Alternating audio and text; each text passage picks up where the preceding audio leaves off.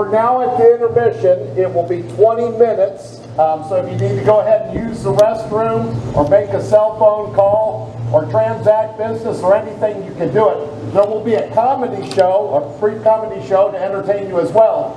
But hey, now that I got you all assembled, I thought I would make a couple comments as well, that you're all prisoners here.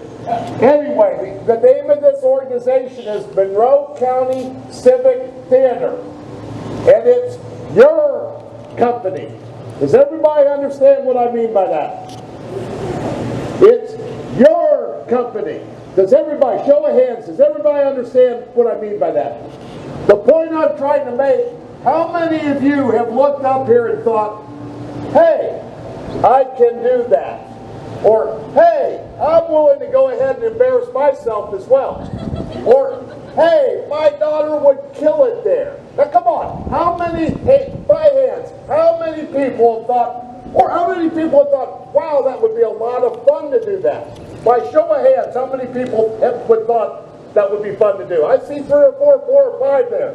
When I say your company, I'm saying if you want to volunteer, you want to get involved in this, it would be embraced. But the other point I'm trying to make by this is when I say it's your company, not just our company. And I want to be real clear here. There's about 20 actors here. You're going to see me come out for one scene. And it's going to be very self-evident to you when you come up here that you can act a lot better than I can. Yep, you understand? I'm just going to lay it out on the line. Basically, I'm the 20th best actor here, which means I'm the worst actor, correct?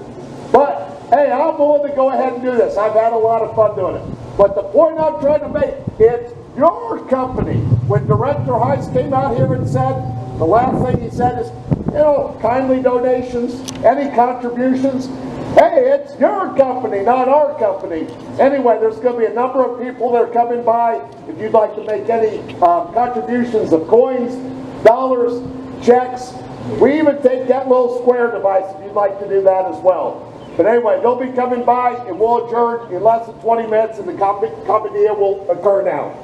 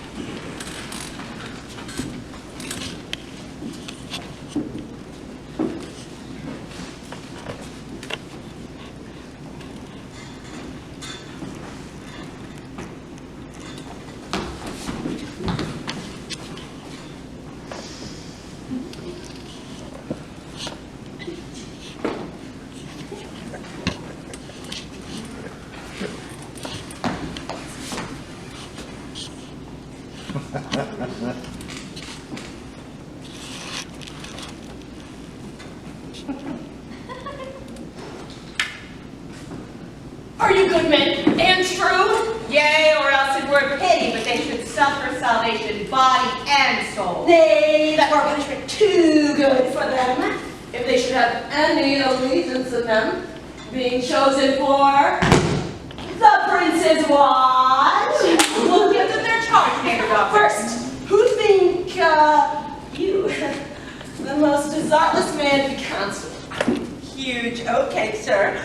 Or George Seagull, for he can write and read. Come here, name Seagull. God hath blessed you with a good name.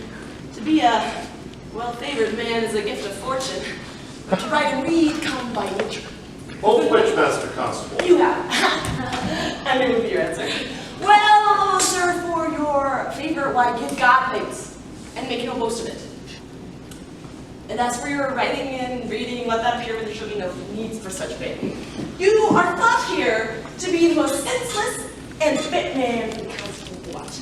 Therefore, bear you the lantern. This is your charge. You are to comprehend all favor men. You are to bid any man stand in the prince's name. How if he will not stand? Well, if he will not stand, then he is none of the prince's subjects. True, true. And they are not to meddle with none but the prince's subjects. You shall also make no noise in the streets, or for the watch to talk, and the battle is most tolerable and not to be endured. We should rather sleep than talk. We know it becomes a watch. Well, you speak like a most ancient and quiet watchman, for I cannot see how sleepy you be. Take care that your guilt be not stolen. Well, you are to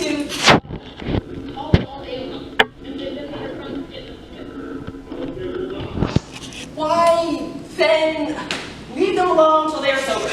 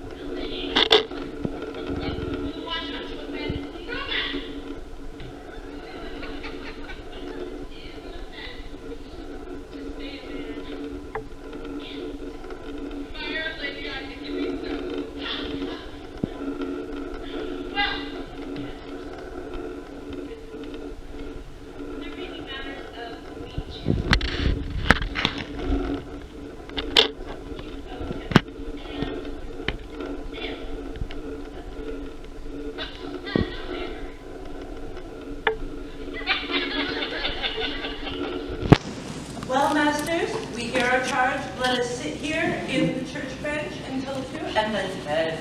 One word more on the things. I pray you, watch about Signor Leonato's door, for the wedding being there tomorrow, there be a great quarrel there tonight. Adieu. Be visitant.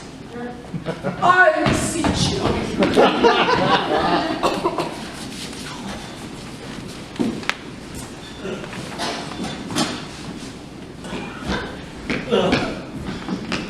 What, Conrad? Stir not. Conrad, I say! Here, man, I'm at thy elbow. That's my elbow it is. I thought there would a scab fall out. I will owe thee an answer for that shortly.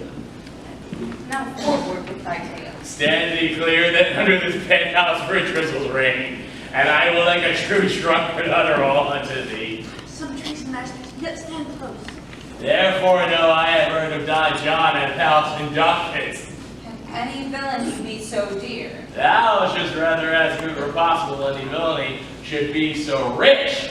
For when rich villains have need of poor ones may make what price they will. I wonder at it. That shows thou art unconfirmed. Thou knowest the fashion of a doublet or a hat or a cloak is nothing to a man. Yes, it is apparel. I mean the fashions. Yes, the fashion is the fashion. Tosh! I may as well say the fool's the fool. Seest thou not what a deformed thief this fashion is? I know that it's deformed. He's been a vile thief this 7 years. He goes up and down like a gentleman. Remember his name. It is not on here, somebody. No. 'Twas the bane on the roof. But know that I have tonight wooed Margaret, the Lady Hero's gentlewoman, by the name of Hero. She leads me out at her mistress's chamber window, bids me 1,000 times good night. I tell this tale vilely. I should first tell thee, and the Prince Claudio and my master, planted, placed, and possessed by my master Don John, saw far off in the orchard this amiable encounter. Margaret was hero. The two of them did, the Prince and Claudio, and but the devil my master knew she was Margaret, and partly by his oaths, which first possessed them, partly by the dark night which did deceive them, but chiefly by my villainy, which did confirm any slanders Don John had made. Away went Claudio in rage, swore he would meet her as he was appointed in morning in the temple, and there, before the whole congregation, shame her with what he saw her night and send her home again without a husband. Then, today we charge thee. Call up the right master constables. We have here recovered the most vile and dangerous piece of luxury ever known to be in the Commonwealth. One deformed is one of them. I know him. He wears a lot. Masters. You'll be made. Bring deformed forth. I warrant you. Masters, speak. We charge you, let us obey you. Go with us. We are like to prove a goodly commodity, being taken up with these men's bills. The commodity in question, I'll warrant you. Come, we'll obey you.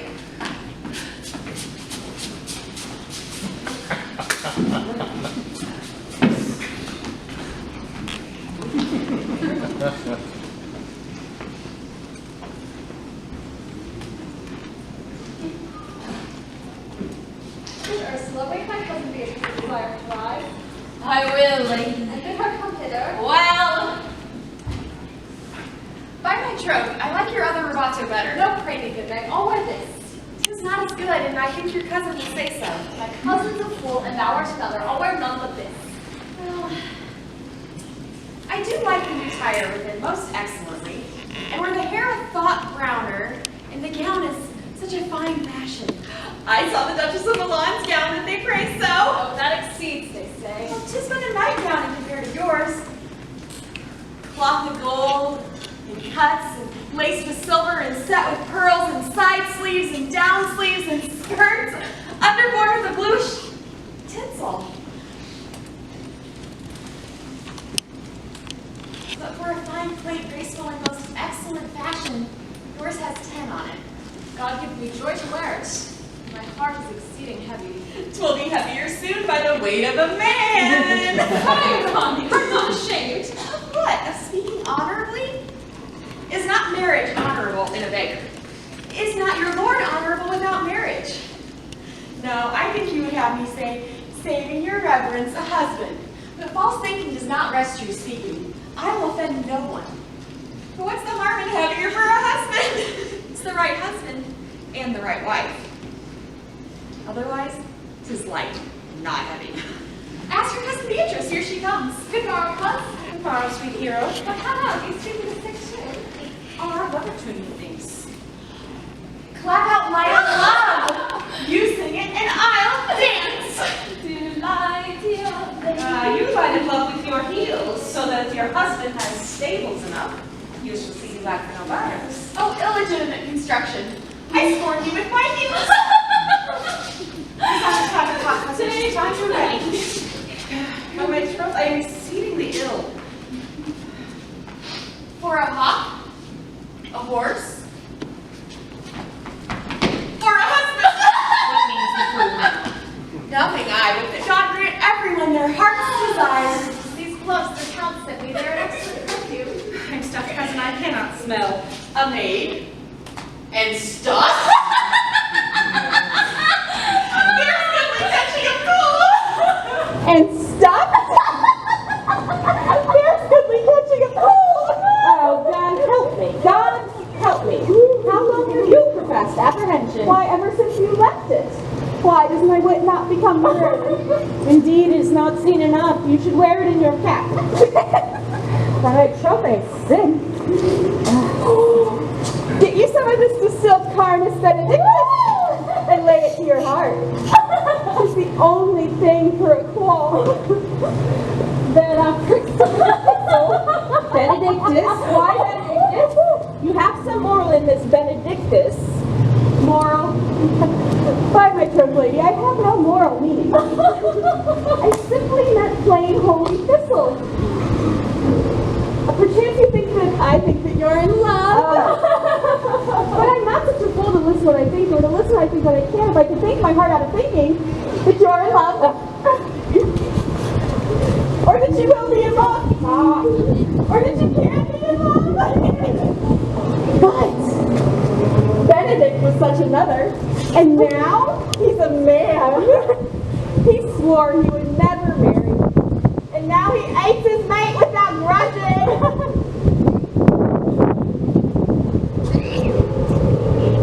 And how you burden, I know that. Your eyes, other women do. What face is this that thy tongue keeps? Not a false scallop. Madam, withdraw. Preach the Count, John, Senior Benedict, and to all the gallants in the town, and from the fed you to church. Help the church be good cause, good neck, good herself.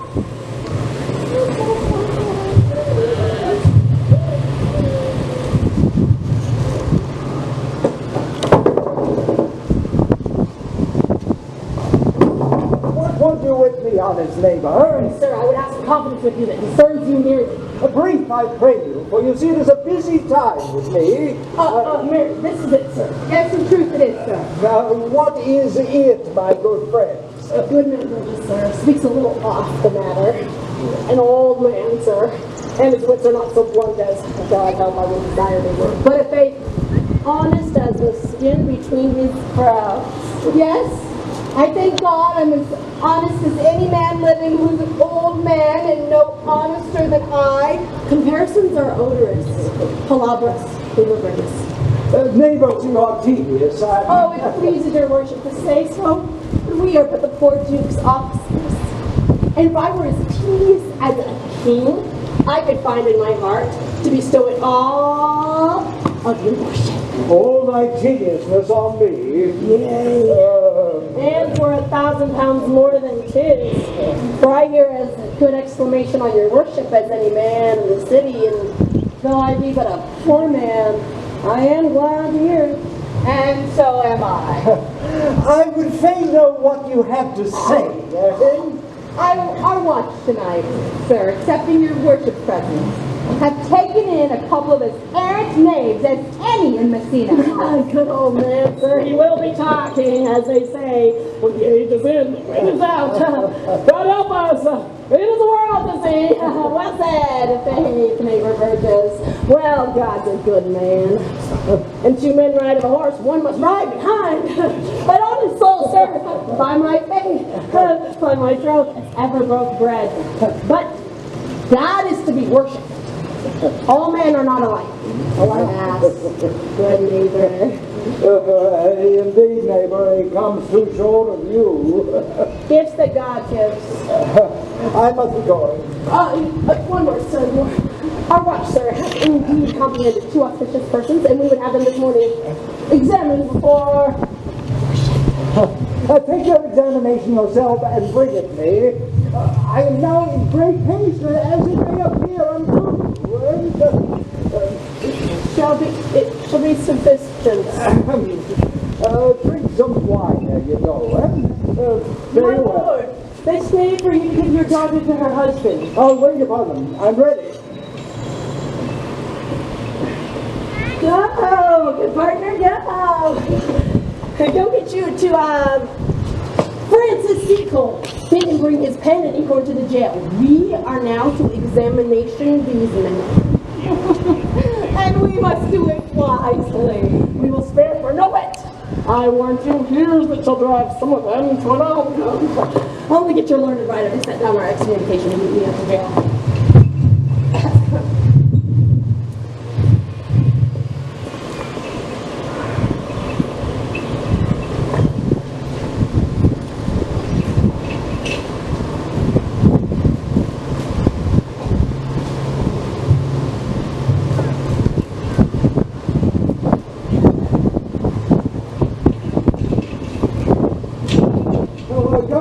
Francis, be brief, only to the platform of marriage.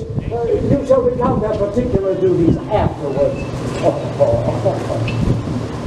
You come hither, Count, to marry this lady? No. To be married to her, friar, you come to marry her. You come hither, lady, to be married to this Count? I do. If either of you know of any inward impediment why you could not be conjoined, I charge you on your soul to utter.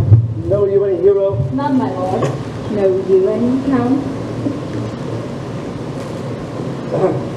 I dare make his answer none. Oh, what men dare do, what men may do, what men daily do, not knowing what they do. No, interjections like, then somebody is laughing. Stand by, friar. Father, by your leave, will you with free and unconstrained soul give me this maid, your daughter, as freely, son, as God did give her me? And what have I to give you back, whose worth may counterpoise this rich and precious gift? Nothing! Unless you register her again. Sweet prince, you learn your noble payments. There, Leonardo, take her back again. Give not this rotten orange to your friend. She is but the sign and semblance of her honor. Behold how like a maid she blushes here. Oh, what authority and show of truth can cunning sin cover itself withal? Comes not that blood as modest evidence to witness simple virtue? Would you not swear, all you that see her, that she were a maid by these exterior shows? But she is none. She knows the heat of a luxurious bed. Her blush is guiltiness, not modesty. What do you mean, my lord? Not to be married, not to knit my soul to an approved wanted. Good my lord, if you, of your own proof, have vanquished the resistance of her youth and made defeat of her virginity... I know what you would say. If I had known her, you would say she did embrace me as a husband, and so extenuate beforehand sin. No, Leonardo, I never tempted her with word too large, but as a brother to his sister showed bashful sincerity and comely love. And seem I ever otherwise to you? Out on me! Seeming, I will ride against it. You seem to me as Dian in her orb, as chaste as the blood ere it be flown. But you're more intemperate than Venus, or those pampered animals that rage in savage sensuality. Is my lord well that you not speak so wide?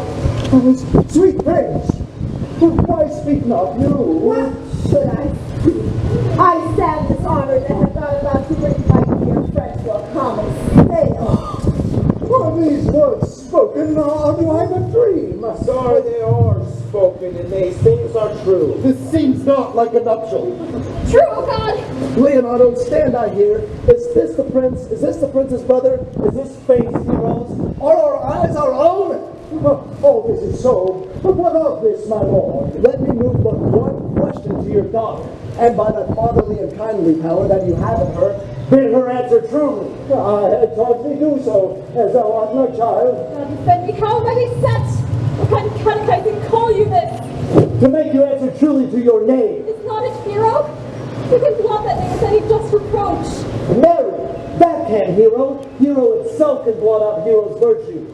What man was he talked with you yesternight out of your window betwixt 12 and 1? Now, if you are a maid, answer to this. I talked with no man at that hour, my lord. Why then are you no maiden? Leonardo, I am sorry you must hear. Upon mine honor, myself, my brother, and the Swede the Count would see her, hear her at that hour last night, talk with a ruffian at her chamber window who hath, indeed, most like a liberal villain, confessed the vile encounters they have had 1,000 times in secret. Fine, fine. They're not to be named, my lord, not to be spoke of. There is not chastity enough in language without offense. Thus, I am sorry for thy much misgovernment. Oh, hero, what a hero hadst thou been, if half thy outward graces had been placed upon thy thoughts and counsels of thy heart. But fare thee well, most foul, most fair. Farewell, thou pure piety and pious purity, for thee I'll look up all the gates of love, and on my eyelids shall conjecture hang, to turn on thoughts of beauty and the thoughts of harm, and never shall it be more gracious. As no man's dagger here will point for me. Why, hold up, Casimiro, wherefore sink you down? Come, let us go. These things must come to light, smother spirits of. How doth the lady? Dead, I think. Help, uncle. Hero. Why, hero. Uncle! Hero Benedict Friar. Oh, fate, take not away thy heavy hand. Death is the barest cover for shame that may be wished for. How now, Casimiro? A comfort, lady. Dost thou look up? Yea, wherefore should she not? Wherefore? Why doth not every earthly thing cry shame upon her? Could she here deny the story that is printed in her blood? Do not live, hero. Do not open thine eyes. For did I think thou wouldst not quickly die, for that thy spirits were stronger than thy shames, myself would on the rearward of reproaches strike at thy life. Grieved I had but one. Chill I for that at frugal nature's frame. Oh, one too much by thee. Why had I won? Why wast thou ever lovely in mine eyes? Why had I not with charitable hand took up a beggar's issue at my gates? Who smeared thus and mired with infamy, I might have said, no part of it is mine. This shame derives itself from unknown loins. But mine, and mine I loved, and mine I praised, and mine that I was proud of, mine so much that I myself was to myself not mine, darling of her. Why, she is fallen into a pit of ink, that the wide sea hath drops too few to wash her clean again, and salt too little, which may season give to her foul, tainted flesh. Sir, be patient. As for myself, I am so attired and wondered that I know not what to say. Oh, on my soul, my cousin is belied. Were you her bedfellow last night? No, truly not. But I have this 12-month been her bedfellow. Confirmed, confirmed. Oh, that is stronger maid, which was before barred up with rings of iron. Would the two princes lie, and Claudio lie, who loved her so that speaking of her foulness, washed it in tears? Hence from her, let her die. Hear me a little, for I have only been silent so long, and given way unto this course of fortune, by noting of the lady. I have marked 1,000 blushing apparitions to start into her face. 1,000 innocent shames in angel whiteness beat away those blushes, and in her eye there hath appeared a fire to burn the error that these princes hold against her maiden truth. Call me a fool. Trust not my reading, nor my observations, which by experimental seal doth warrant the tenure of my book. 'Twas not my age, my reverence, calling, nor divinity, if this sweet lady lie not guiltless here, under some biting error. Friar, it cannot be. Thou seest that all the grace that she hath left is that she will not add to her damnation a sin of perjury. She not denies it. Why seekst thou then to cover with excuse that which appears in proper nakedness? Lady, what man is he you are accused of?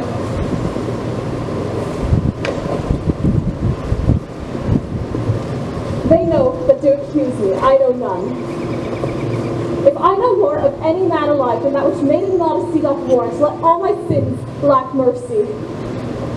O my father, prove you that any man with me conversed in hours of meat, or that I yesternight maintained a change of words with any creature. Abuse me, hate me, torture me to death. There is some strangeness written in the princes. Two of them have the very bent of honor, and if their wisdoms be misled in this, the practice of it lies with John the Bastard, whose spirits toil in frame abilities. I know not. If they speak but truth of her, these hands shall tear her. If they wrong her honor, the proudest of them shall well hear of it. Time hath not yet so dried this blood of mine, nor age so eat up my invention, nor fortune made such havoc of my means, nor my bad life left me so much of friends.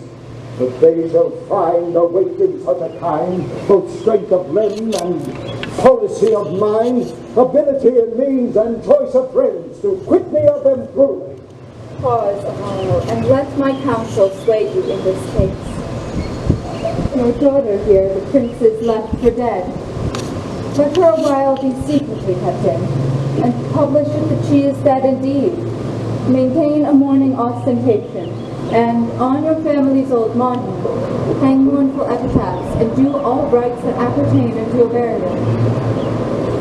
Oh, what shall become of this? What will this do? Mary, this, well carried, shall on her behalf change slander to remorse. That is some good. But not for that dream I on this strange course, but on this travail look for greater mirth. She dying, as it must be so maintained, upon the instant that she was accused, shall be lamented, pitied, and excused of every hearer. For it so falls out that what we have we prize not to the worth whilst we enjoy it, but being lacked and lost, why, then we rack the value. Then we find the virtue that possession would not show us whilst it was ours. So shall it fare with Claudio, and he shall hear she died upon his words.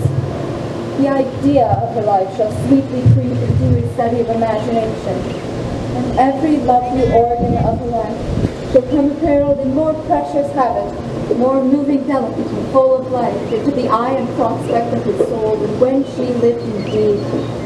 Then shall he mourn, if ever love had interest in his liver, and wish he had not so accused her, though he thought his accusations true.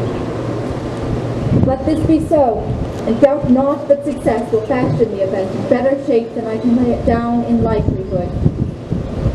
But if all aim but this be levelled false, the supposition of the lady's death will quench the wonder of her infamy. And if it sort not well, you may conceal her as best befits your worthy reputation in some reclusive and religious life, out of all eyes, tongues, minds, and injuries. Signor Leonato, let the friar advise you in this. And though you know my inwardness and love be very much unto the prince and Claudio, I will deal in this as secretly and justly as your soul should with your body. Being that I flow in grief, the smallest twine may lead me. Is well consented, presently it went. Come, lady, die to live. The sweating day perhaps is but prolonged. Have patience and endure.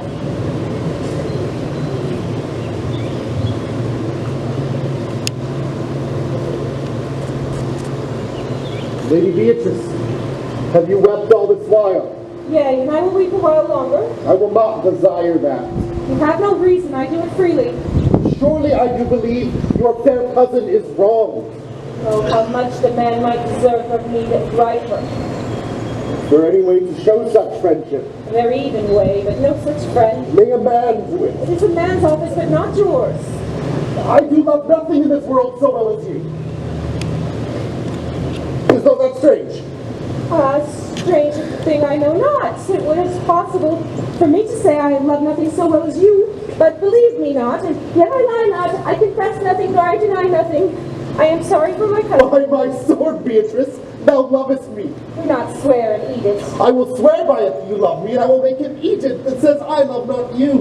Will you not eat your word? With no sauce that can be devised to it, I protest I love thee. Well then, God help me. Why, Beatrice? You stayed me in a happy hour.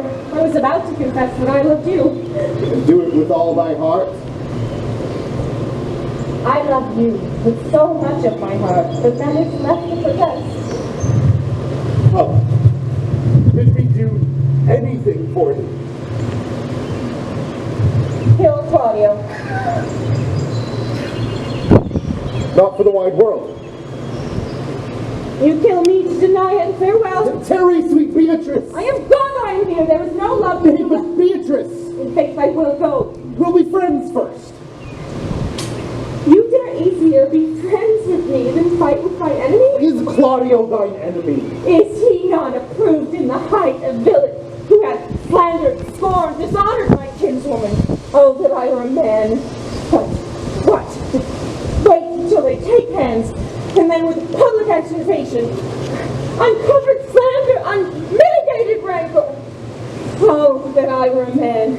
I would eat his heart in the marketplace. Nay, but Beatrice. Toss the man out of the window, yes, a proper saying. Beatrice. She is wrong.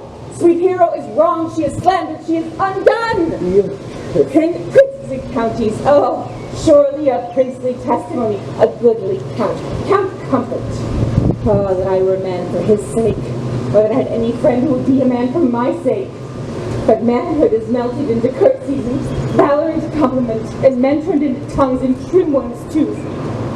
He is now as valiant as Hercules, that not only tells a lie, but swears it. I cannot be a woman with breeding. Therefore I shall die. By this hand, I love thee. Use it for some other way than swearing by it. Think you, in your soul, the Count Claudio hath wronged you? As surely as I have a thought or a soul. No. I'm engaged. I will challenge him.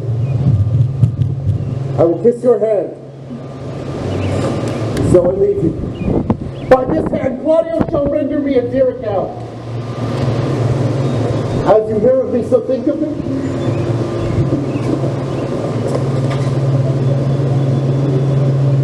Go. Comfort your cousin. I must say she is dead, so farewell.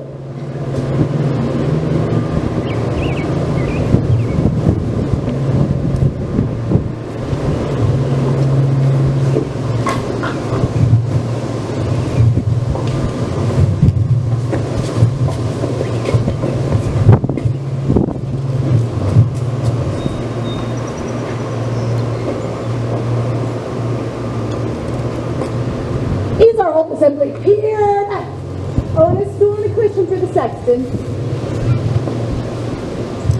Which be the malefactors? Mary, that am I, and my partner. Nay, that's for certain.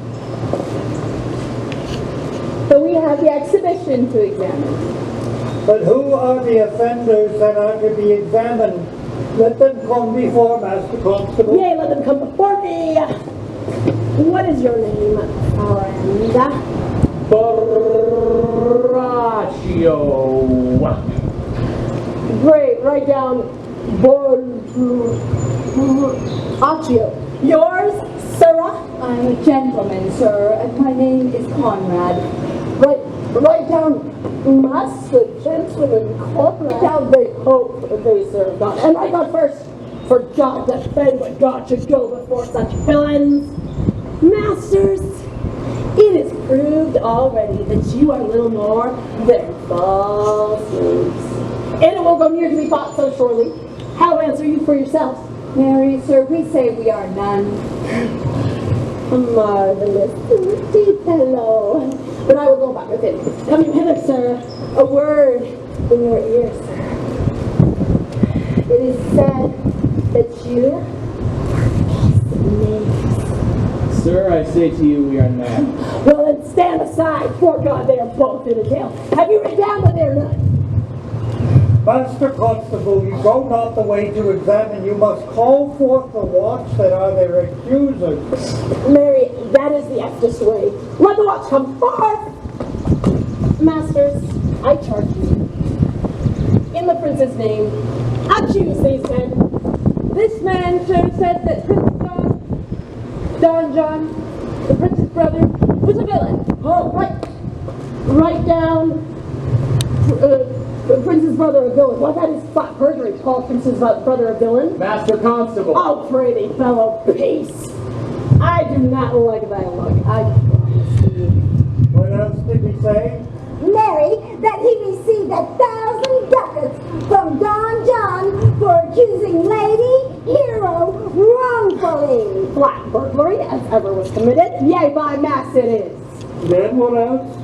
And that Count Claudio did, upon his words, mean to accuse Lady Hero and send her home before the whole assembly.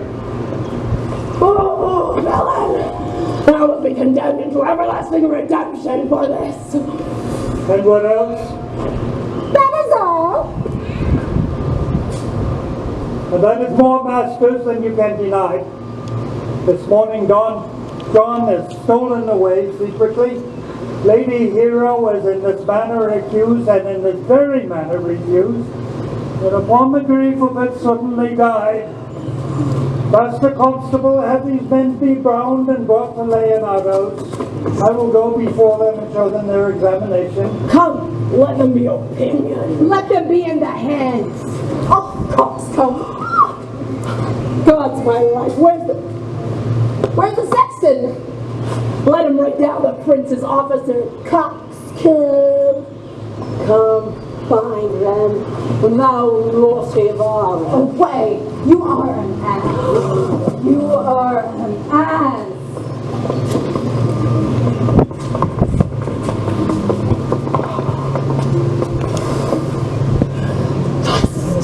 Dost thou not suspect my place? Dost thou not suspect my years? Oh, then you are here to write me down an ass. Oh, but masters, remember, I am an ass. Though it not be written down yet, forget not that I am an ass. No, thou villain, thou art full of piety, as shall be proved upon thee by good witness. I am a wise fellow, and, which is more, an officer, and, which is more, a householder, and, which is more, as pretty a piece of flesh as any is in Messina. And one that knows the law, go to. And a rich fellow, enough, go to. And one that has had losses, and one that has two gowns, and everything handsome about him. Come bring him away. Oh, that I have been written down an ass.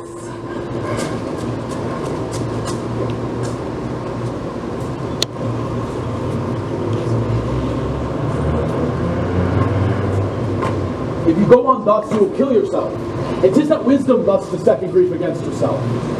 I pray thee cease thy counsel, which falls into mine ears as profitless as water in a sieve. Give not me counsel, nor let no comforter delight mine ear, but such a one whose wrongs do suit with mine. Bring me a father that so loves his child, whose joy of her is overwhelmed like mine, and bid him speak of patience. Measure his woe, the length and breadth of mine, and let it answer every strain for strain, as thus for thus, and such a grief for such, in every lineament, branch, shape, and form. If such a one will smile, and stroke his beard, and sorrow wag, cry ahem when he should groan, patch grief with proverbs, make misfortune drunk with candle wasters, bring him yet to me, and I of him will gather patience. But there is no such man, for brother, men can counsel and speak comfort to that grief which they themselves not feel, but tasting of it, their counsel turns to passion, which before would give preceptual medicine to rage, fetter strong madness in a silken thread, charm ache with air, and agony with words. No, 'tis all men's office to speak patience to those that ring under the load of sorrow, but no man's virtue nor sufficiency to be so moral when he shall endure the like himself. Therefore, give me no counsel. My griefs cry louder than advertisement. Therein do men from children nothing differ. I pray thee peace. I will be flesh and blood, for there was never yet philosopher could endure the toothache patiently. However, they have writ the style of gods and made a push at chance and suffering. Yet spend not all the harm upon yourself. Make those that do offend you suffer too. Ah, there thou speakst reason. Nay, I will do so. My soul doth tell me, hero is belied. And that shall Claudio know, and so shall the prince, and all of them that doth dishonor me. Here come the prince and Claudio, hastily. Good den, good den. You thank both of you. Tell me, my lord. We have some haste, Leonardo. Some haste, my lord? Well, fare you well, my lord. Are you so hasty now? Well, all is one. Nay, do not quarrel with us, good old man. If he could right himself with quarreling, some of us would lie low. Who wrongs him? Mary, thou dost wrong me, thou dissembler thou. Nay, never lay thy hand upon thy sword. Mary, be sure my hand if I should get my age such thousand freedom, and faith my hand and nothing to my soul. Touch, man. Never fleer and jest at me. I speak not like a daughter, nor a fool, as on the privilege of age to brag what I have done being young, or what would do were I not old. No, Claudio, to thy head. Thou hast so wronged mine innocent child and me, that I am forced to lay my reverence by, and with grey hairs and bruise of many days, do challenge thee to trial of a man. I say thou hast belied mine innocent child. Thy slander hath gone through and through her heart, and she lies buried with her ancestors. No, in a tomb where never scandal slept, save this of hers, framed by thy villainy. My villainy? Thine, Claudio, thine, I say. Not right, old man. My Lord, I'll prove it on his body if he dare, despite his nice face and active practice, his May of youth and bloom of lustihood. Away! I will not have to do with you. Canst thou so doff me? Thou hast killed my child. If thou killst me, boy, thou shalt kill a man. And he shall kill two of us. And men indeed, but 'tis no matter. Let him kill one first. Win me and wear me, let him answer me. Come, follow me, boy. Come, sir boy, follow me. Sir boy, I'll whip you from your pointing fence. Nay, as a gentleman I will. Brother. Content yourself. God knows I loved my niece, and she is dead, slandered to death by villains that dare as well answer a man indeed, as I dare take a serpent by the tongue. Boys, apes, braggarts, jacks, milksops. Brother Anthony. Hold you content. What man? I know them, yea, and what they weigh, even to the utmost scruple. Scrambling, outfacing, fashion-mongering boys that lie, and cog, and flout, deprave and slander, go antically and show outward hideousness, and speak off half a dozen dangerous words, how they might hurt their enemies if they durst. And this is all. But Brother Anthony, Come, 'tis no matter. Let me deal in this. Gentlemen, both, I will not wait your patience. My heart is sorry for your daughter's death, but on my honor, she was charged with nothing but what was true and very full of proof. my lord, I my will lord. not hear you. No. Come, brother, away. Away. I will be heard. And shout, or some of us are smart for it.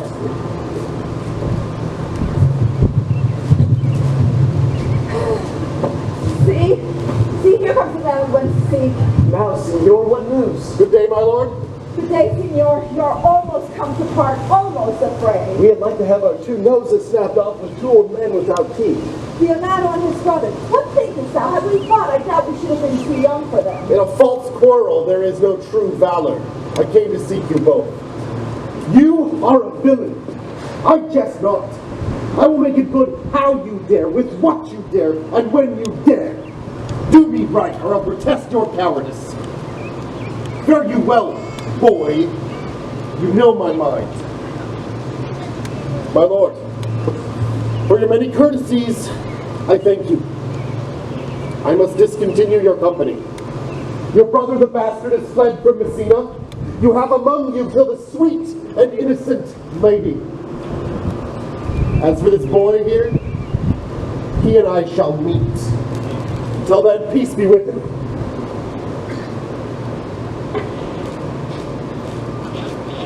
He is in earnest. In most profound earnest, and I'll warrant you, for the love of Beatrice. Did he not say my brother was fled? On you, sir. If justice cannot take you, she shall narrow away more reasons in her balance. Nay, and you be a cursing hypocrite once, you must be looked to. How now, two of my brothers men bound were actual one. Hearken after the offense, my lord. What offense have these men done? Men, sir, they have committed false report. Moreover, they have spoken untruths. Secondly, they are slanders. Sixthly, they have belied a lady. Thirdly, they have verified unjust things. And to conclude, they are lying names. First, I asked thee what they have done. Thirdly, I asked thee, what's their offense? Sixth and lastly, why they are committed, and to conclude what you lay to their charge.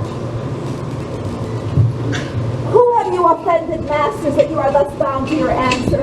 This learned constable is too cunning to be understood. What's your offense? Sweet prince, let me go no further to my answer. Do you hear me, and let this count kill me? I have deceived even your very eyes. When your wisdoms could not discover these shallow fools who brought to light, and in the night overheard them confessing to this man how Don John, your brother, incensed me to slander the lady Hero. How you were brought into the orchard and saw me court Margaret in Hero's garments, how you disgraced her, and you should marry her. I told you they had upon record, but they would rather seal with my death than repeat over to my shame. The lady is dead on light of my master's false accusation, and briefly I desire nothing but the reward of a villain. One stop his speech like iron through your blood. I've drank poisons whilst the other day. But did my brother set thee onto this? Yea, and paid me richly for the practice of He it. is composed and framed of treachery, and fled he is upon this villainy. Sweet hero, now thy image doth appear in the rare semblance that I loved at first. Come, bring away the plaintiff. By this time our section have reformed Signor Leonardo's matter. Oh, and masters, do not forget to specify when time and place shall serve that I am an ass. Here come Master Signor Leonardo, and the sexton too. Which is the villain? Let me see his eyes, that when I note another man like him, I may avoid him. Which of these is he? If you would know your wronger, look on me. Art thou the slave that with thy breath hath killed mine innocent child? Yea, even I alone. No, not so, villain. Thou belies thyself. Here stand a pair of honorable men. A bird is fled that had a hand in it. I thank thee, princes, for my daughter's death, recorded with your high and worthy deeds. It was bravely done, if you bethink you out. I know not how to play your patience, yet I must speak. Choose to revenge yourself. Oppose what penance your invention can lay upon my sin. Yet sin I not, but in mistaking. By my soul, nor I. And yet to satisfy this good old man, I would bend under any heavy weight that he'll enjoin me to. I cannot bid my daughter live. That were impossible. But I pray you both, because the people in Messina hear how innocent she died, and if your love can labor aught in sad invention, hang her an epitaph upon her tomb, and sing it to her bones. Sing it tonight. Tomorrow morning, come you to my house. Come you to my house. And since you cannot be my son-in-law, be it my nephew. My brother has a daughter, almost a copy of my child that's dead. And she alone is heir to both of us. Give her the right you should have given her cousin, and so dies my revenge. Oh, noble sir, your kindness doth bring tears from me. I do embrace your offer and dispose of henceforth of poor Claudio. Tomorrow, then, I will expect your coming. Tonight, I take my leave. This naughty man shall face to face be brought with Margaret, whom I believe was packed in all this wrong, hired to it by your brother. No, by my soul, she was not, nor knew not what she did when she spoke to me, but always had been just and virtuous in anything I knew of her. Moreover, sir, which indeed is not under white and black, this plaintiff here, the offender, did call me ass. I pray you, let it be remembered in his punishment. And also the watch heard him talk of 1 to 4. They say he bears a key in his ear and a lock hanging by it. Borrows money in God's name, to which he had so long and never paid, that now men are growing hard-hearted and will lend nothing for God's sake. Pray you, examine him on that point. I thank thee for thy care and honest pains. Your worship speaks like a most reverend and faithful youth, and I praise God for you. There's for thy pains. God save the foundation! Go, I discharge thee of thy prisoners, and I thank thee. I leave an error with your worship, which I beseech your worship to correct yourself for the example of others. God keep your worship. I wish your worship well. God restore your health. I humbly give you leave to depart. And if a merry meeting be wished, God forbid it. Come, neighbor. Until tomorrow morning, lords, farewell. Farewell, my lords. We look for you tomorrow. We will not fail. Tonight, I'll mourn for heroes. Bring you these fellows on. We'll talk with Margaret how her acquaintance grew with this lewd fellow.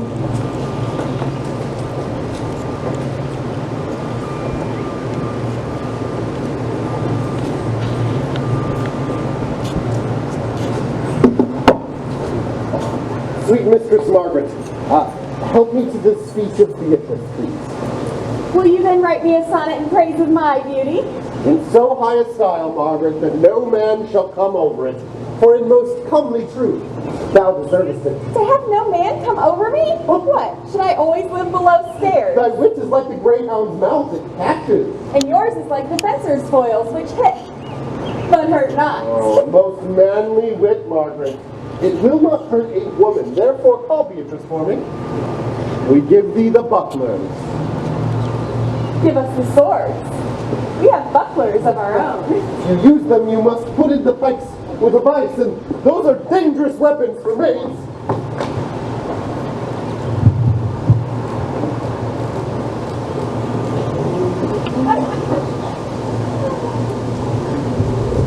I'll call Beatrice to you, who I think hath legs. And therefore will come.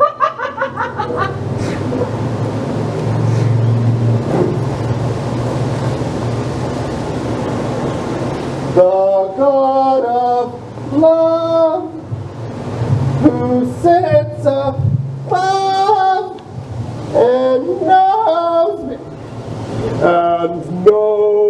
me, how pitiful. I mean in singing, but in loving, Mary, I cannot show it in rhyme. I have tried. I can find no rhyme for lady, but baby, an innocent rhyme. For scorn, born, a hard rhyme. For school, fool, a babbling rhyme. Very ominous endings. No, I was not born under a rhyming planet, nor I cannot woo in festival terms. Lady Beatrice, wouldst thou come when I called thee? Yea, sir, and depart when we bid. Stay but till then. Then it's spoken, fare you well. But let me go with that I came, and just knowing what hath passed between you and Claudio. Only foul words, and thereupon I will kiss thee. Foul words is but foul wind, and foul wind is but foul breath. And foul breath is noisome, therefore I will depart unkissed. Thou hast wrested the word right out of its sense, so forcible is thy wit. But I must tell thee plainly, I have challenged Claudio, and I must shortly hear from him, or I will subscribe his cowardice. Now tell me, for which of my bad parts didst thou first fall in love with? For them all together, which maintain so politic a state of evil, they would not let any good parts intermingle with them. But for which of my good parts did you first suffer love for me? Suffer love, a good epithet, for indeed I loved you against my will. In spite of your heart, methinks. Alas, poor heart. If you spite it for my sake, I shall spite it for yours, for I will never love that which my friend hates. You and I are too wise to move easily. But tell me, how doth your cousin? Very ill. And how do you? Very ill too. Serve God, love me, and men. Lady Beatrice! And where will I leave you, for here comes one in haste. You must come to your uncle's. Yonder's old coil at home. It is proved my lady hero hath been falsely accused. The prince and Claudio mightily abused. And Don, whose author of all is floating gone. Will you go presently? Will you go to hear the zoo, senor? I will live in your hearts, die in your lap, and be buried in your eyes. Once more I will go with you to your uncle's.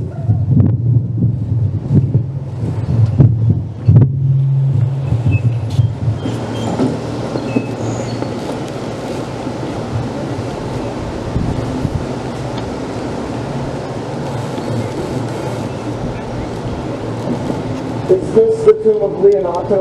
It is, my lord. No such matter. Then you do not love me. No, truly, but in friendly recompense. Come, cousin, I'm sure you love the gentleman. And I'll be sworn upon that he loves her, for here's a halting solid of his own pure brain fashions of Beatrice. And here's another written my cousin's hand stolen from her pockets, containing her affection unto Benedict. A miracle. Here's our own hands against our hearts. Come, I will have thee. Though by this light, I do it for pity. I would not deny you, but by this day I yield upon great persuasion and partly to save your life, for I was told you were in a consumption. Peace, I will stop your mouth.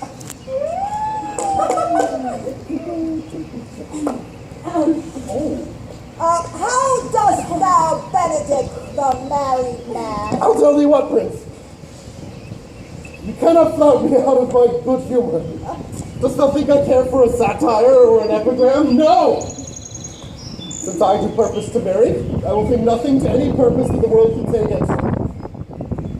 For man is a giddy thing. And this is my conclusion.